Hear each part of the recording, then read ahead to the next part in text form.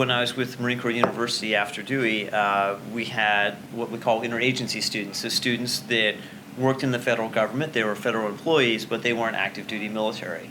And so a lot of times, as service members, we think of the military perspective, but there's often a lot of other agencies that are working to make sure that those national security goals we talked about in 103 are met. So how the State Department works diplomacy, how USAID helps humanitarian stuff. A lot of times we don't necessarily think about that unless we're thrown into something and it's like, okay, I need to talk to the embassy because I want to run this operation, or the disaster's already happened and now I've got that on top of trying to figure out all these other federal agencies that can bring aid together. So there's a lot of people that work to keep the United States safe and to meet national security objectives beyond the military. And we have to understand we are a big piece of the puzzle, but we're not the only piece of the puzzle. Hey everybody, I'm Chief Xander Gamble, and on this week's episode of Pass the Word, I've got Mr. Russ Evans here, our Associate Dean of Naval Studies, and we're going to be talking about the fourth course in Naval Studies, the civil-military relationship, right? Yeah, civil-military relations, yes. So, why did we choose this course as part of our 5 courses? Well, this course is a fairly broad. It covers a lot of interesting things. So we have the basic setup of the government as far as checks and balances. How much power for decision making should go to the president? Because as an example, it's a discussion as far as being able to react quickly and also making sure we don't have too much power in one individual. That's always a conversation with how things are structured with the government, how laws are set up. When we talk about aid to civil authorities and posse comitatus, how much help can the military actually give to other agencies if there's a disaster, and where should those lines be to make sure that the military isn't abused or used for things that it shouldn't. We talk about how civil society sees the military, and what the impact is as far as, do people understand us? Do people not understand us because the military is now such a small percentage of the population, and so much bases have been consolidated. So if you're in Hampton Roads area, it's pretty easy because they're all over the place. But if you're in St. Louis or Portland or other places, the military has been concentrated. So it's like you might know somebody, but if you don't know somebody, how do you relate? Do you see things on TV, see things in the movies? Is that really what it's like? So there's a lot of conversations about what the role is for the military. And so we look more broadly from like the DoD perspective as far as what are the partners that DoD has in working with security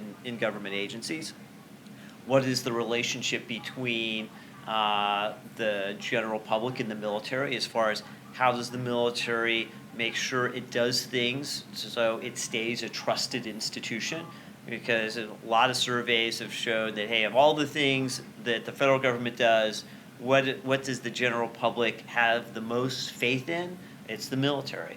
But unfortunately, the numbers as far as have been fluctuating. So is there things that we can do better so we preserve that trust? And then as far as if we look at how the government is set up, how do we declare war? Is there a reason why we've not declared war since we went to war in World War II?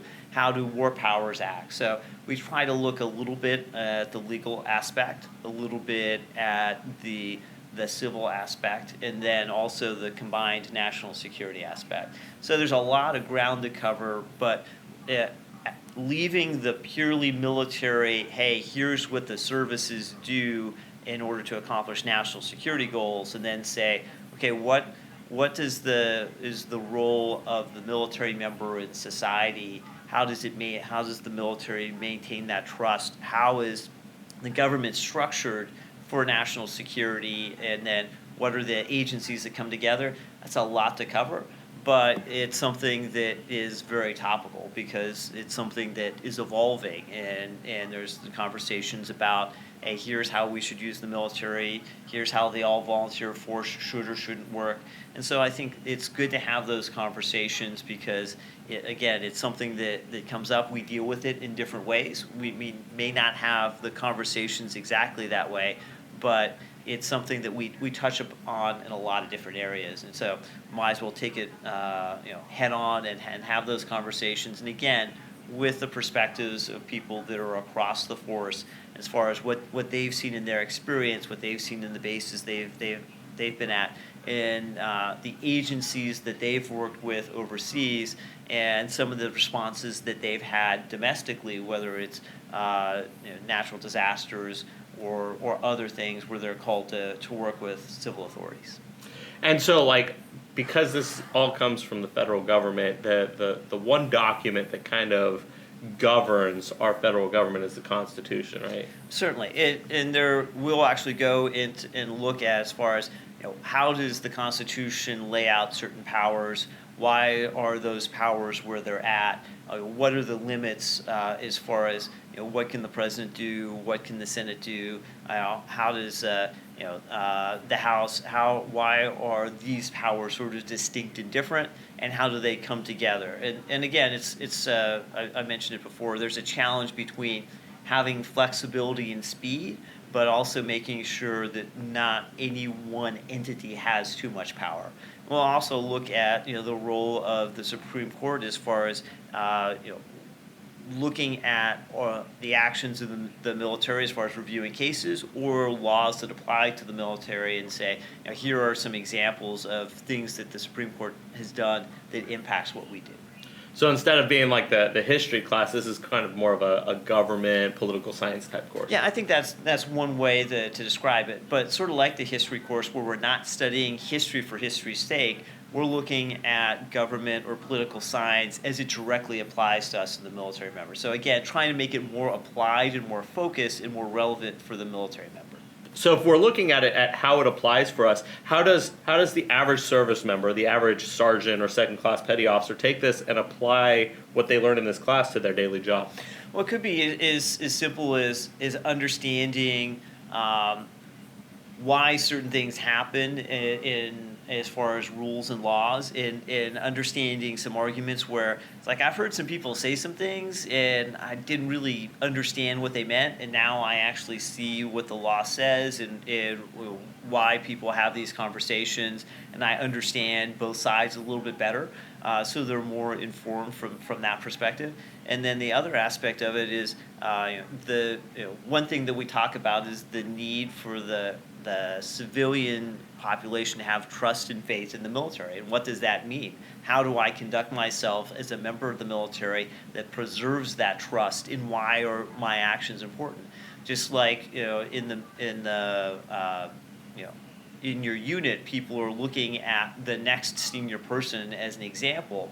If you don't have a lot of interactions with the military and the civilian public, and you have a limited interaction with one particular person, that might be how they think the whole military is, because they don't have an opportunity to see a lot of military members.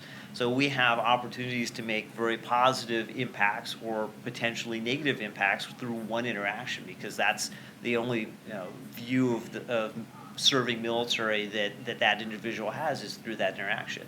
I mean, it's interesting that with social media, one military member can reach a lot of individuals that aren't in the military, and sometimes that goes well and sometimes it goes poorly. What are the consequences of those things, and how do you think about, hey, how does this relationship work? What are some things that I can do, not only myself, but advice I can give other people that have not had this benefit, as far as, hey, that's a really good idea, or hey, maybe that's not a good idea.